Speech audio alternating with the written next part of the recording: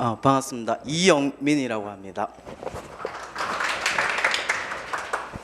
이번에 학습 길잡이를 통해서 제가 높은 점수를 합격은 한 건 아닌데 그래도 나름 이 학원을 다니면서 많은 분들한테 설명을 좀 많이 했습니다. 그게 올해 합격하신 분도 있고 떨어지신 분도 있지만 합격한 사람도 그렇고 니한테 배운 게 도움이 많이 됐다라는 말을 좀 많이 들어서, 그리고 한 20대를 거의 군대 2년 빼고는 제가 과외로만 계속 해가지고 남한테 설명하는 걸 좀 좋아라고 합니다.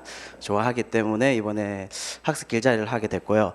그리고 합격자 체험담이라고 하는 게 어떻게 보면 공부 방법은 솔직히 다 다릅니다.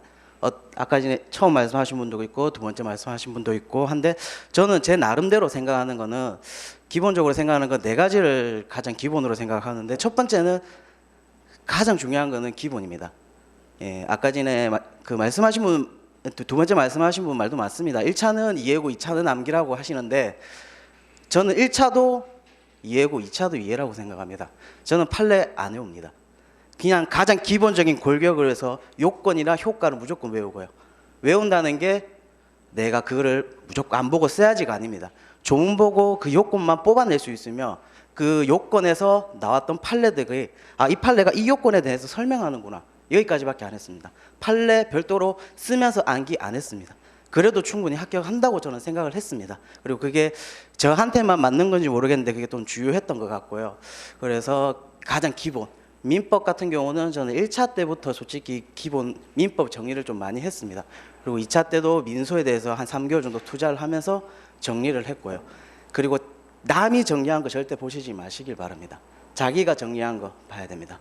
남이 정리한 거 그 사람 겁니다. 자기 거 절대 안 됩니다. 자기가 직접 시간을 내서 정리를 한다는 생각을 생각을 좀 가지시고, 시간이 좀 걸릴 수도 있습니다. 그래도 그 과정을 통해서 내가 했기 때문에 그게 내게 됩니다.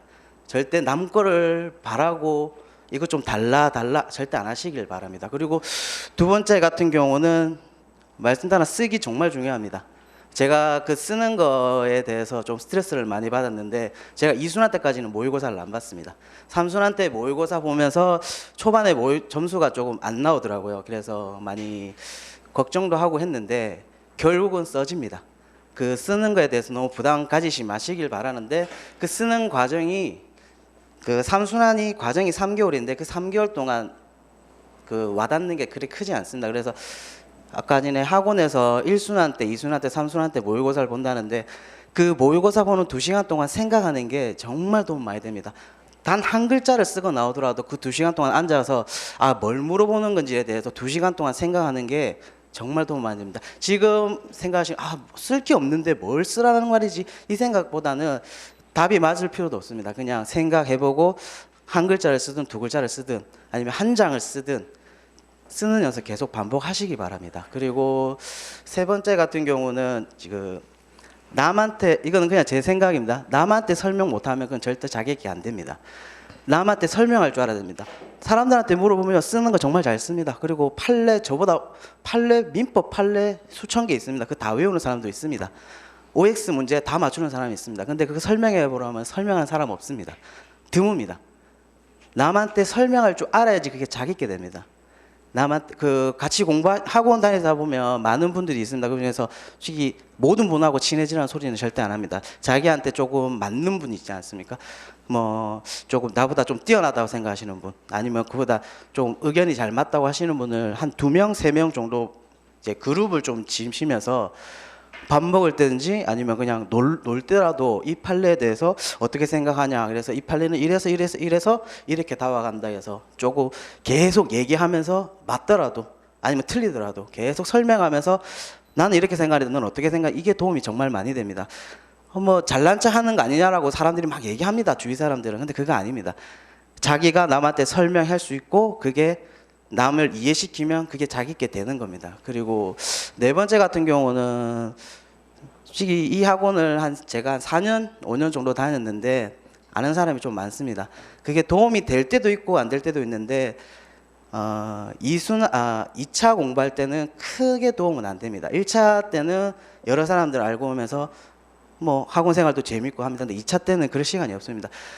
조금 절제를 하면서 아까 전에 얘기했던 그 그룹하고 좀 다니는 걸 좀 추천합니다. 여기저기 막 이 사람하고 친해지고 이 사람하고 나중에 스트레스 정말 많이 받습니다. 인간관계가 제일 중요합니다.